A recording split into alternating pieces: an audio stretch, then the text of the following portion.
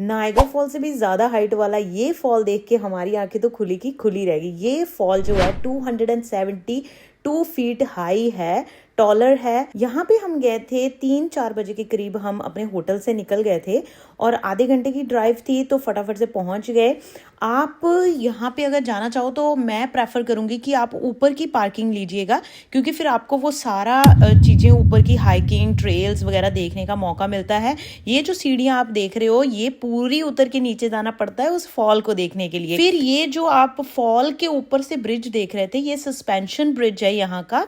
यहाँ पे आप ऊपर जाके बहुत अच्छे अच्छे शॉट्स आते हैं, वीडियोस बनाओ। और यहाँ पे एक और चीज का ध्यान रखना है कि यहाँ पे टिकट लगती है आपकी, एंट्री फीस जिसको बोलते हैं, वो $30 पर पर्सन होती है।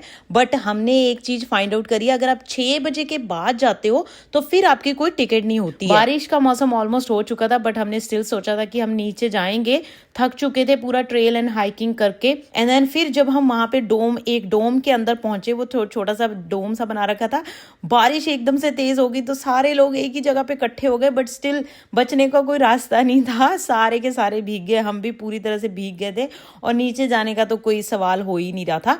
फिर आधा घंटा 1 घंटा हमने वहीं पे वेट करी। जैसे ही बारिश बंद हुई फिर हमने नीचे जाने की अपनी जर्नी जो है स्टार्ट करी, क्योंकि वो 440 स्टेयर्स है जो आपको नीचे जानी पड़ती है। ऐसा सा कुछ व्यू हो गया था वहां पे, तो देखने में तो बहुत मजेदार लग रहा था, बट ठंड बहुत ज्यादा हो गई थी क्योंकि पानी बहुत ठंडा था।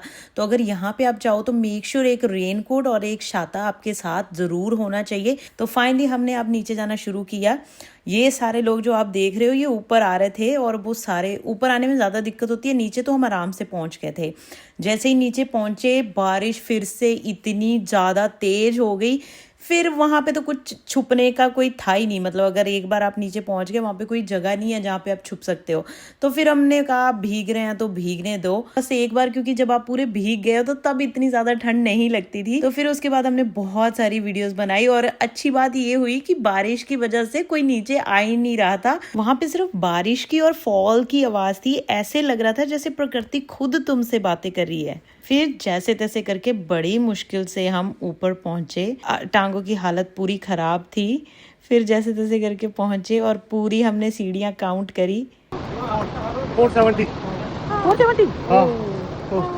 ये हमारा वापस जाते हुए दृश्य हो गए अपा गिल्ले सारे, फुल लाई हुई है पछताई।